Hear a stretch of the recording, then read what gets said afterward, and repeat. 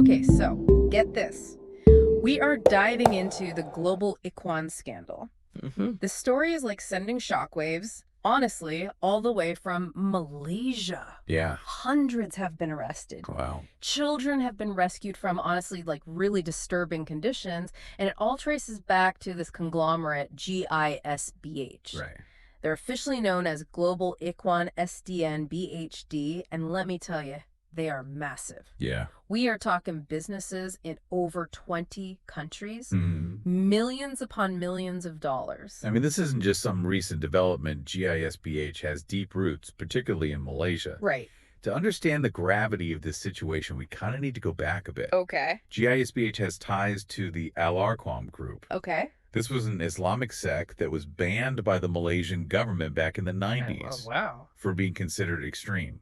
Okay, so this isn't just about a company. It's about ideology, too. And now it's blowing up with these raids. Yeah. Authorities are finding documents. They are even digging things up. Really? It feels like there's been a deliberate attempt to just hide what was going on, Yeah. which is beyond unsettling. It is. And the scope of their operations is huge. Yeah. We're talking property, restaurants. Oh. They even had a travel agency. Oh my gosh.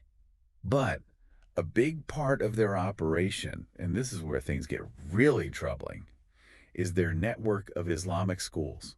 Right. That's where many of these awful conditions have been uncovered. It's wild, right? Yeah. You'd think with a group this big, operating in so many different sectors, that someone would have noticed something was wrong. Right. And it's not like they were exactly hiding under a rock. Yeah, right. GISBH even had the backing of some pretty influential figures. Absolutely. Oh. The involvement of the Sultan of Selangor is a major development. Wow. Okay. He's not just a figurehead. Right. He ordered a full investigation into GISBH. Oh, wow. And he even wants the State Fatwa Committee to issue a ruling on them.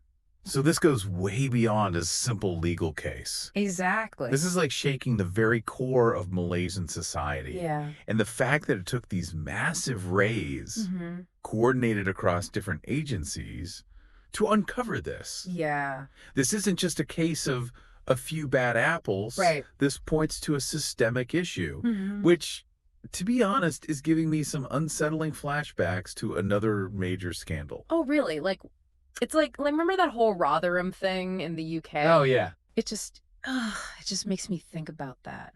Like Right. all of this, the secrecy, Right. the alleged abuse, the fact that the authorities seemingly turned a blind eye. It just Right. feels like we're seeing these same patterns of systemic failure just playing out again in a totally different context. Yeah, you're right to draw that parallel. Yeah. The Rotherham scandal, it is like a chilling example It's awful. of how institutions can fail to protect those who are most vulnerable. Yeah. And the similarities to the global Ikhwan case, they're definitely worth examining. Yeah. For those maybe who aren't familiar with it. Right. The Rotherham scandal, it involved this horrific sexual exploitation of over 1,400 children Oh my God. over a period of 15 years. 15 years. 15 years. And what makes it even more disturbing is that so much of it happened right under the nose of authorities. I know, and they did nothing. Who just failed to take action. It's heartbreaking. And then, when you actually, dig into the details from the Rotherham report, it's even more infuriating. Right. It clearly states that police often viewed these children with contempt.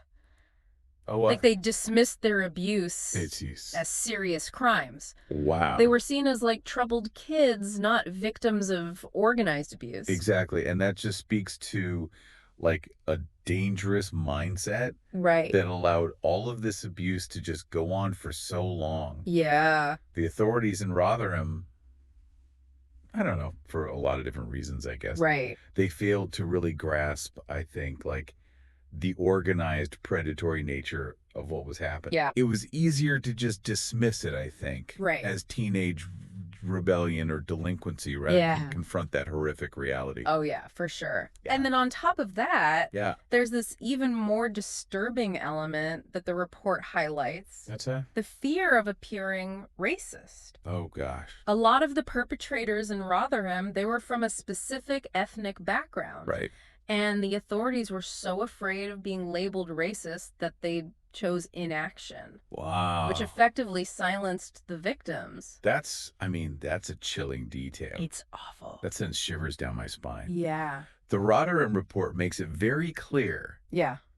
that fear of being perceived as racist completely paralyzed institutions and prevented them from protecting these vulnerable children. It's like that fear, right? That reluctance to just address this really complex issue head on. Yeah. It created this like blind spot that allowed, honestly, like all of this abuse to flourish. Yeah.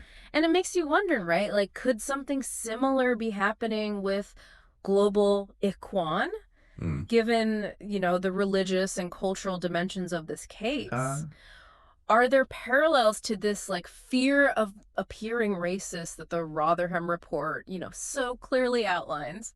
Yeah, it's definitely something to consider. Like, both of these cases, they highlight how preconceived notions and just fear, I guess, can really hinder investigation. And prevent authorities from seeing the situation clearly. And, the Rotherham report serves as this, like, stark warning about the dangers of allowing these biases to dictate, what we do and what we don't do. Totally. So we've got these two deeply disturbing cases. Worlds apart, literally. Yet, like, echoing these same horrifying patterns. It's heavy stuff, I won't lie. But it just feels so important to unpack it all. Like to really learn from these tragedies. For sure. So, like, where do we go from here? What can we learn from Rotherham that might help us with the global Ikwan case? What can we do to prevent these kinds of horrors from happening again? Well, the Rotherham report, as awful as it is, Right. does offer some valuable lessons, I think. Okay. The biggest one being that it's so important to listen to children. Yeah. We have to believe them. Of course. And we have to take their accounts seriously, no matter how difficult or uncomfortable those accounts might be. And that can be hard. It can be. It's about believing them even when their stories challenge our preconceived notions. Even when they force us to confront these, like, really uncomfortable truths. Exactly. And even beyond just listening to them. We have to act.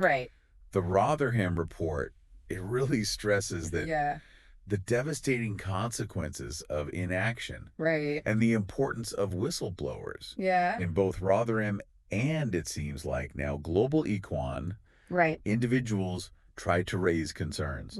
And they were ignored. They were either silenced or ignored, So it's about creating an environment where people feel safe enough to come forward. Exactly. Knowing that their concerns are going to be taken seriously. That they're not going to be ignored or silenced. But what about the people in positions of power?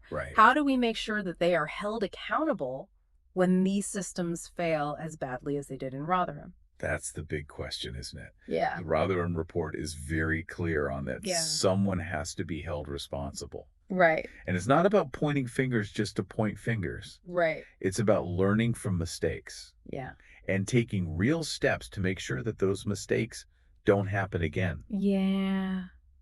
That means that we need thorough, transparent investigations and consequences for those who fail to protect children, no matter what their position is. Regardless of their influence. Regardless of their influence, It's about fundamentally shifting how we view these issues.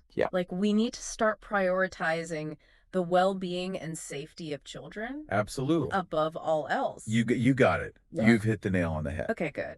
If we've learned anything from Rotherham, it's that staying silent and doing nothing only allows these awful acts to get worse and to multiply. It's true. We have a responsibility to do better. Of course. For these kids and, honestly, for our future. And it starts by recognizing that these tragedies are not just one-off events that happened in a history book or somewhere far away.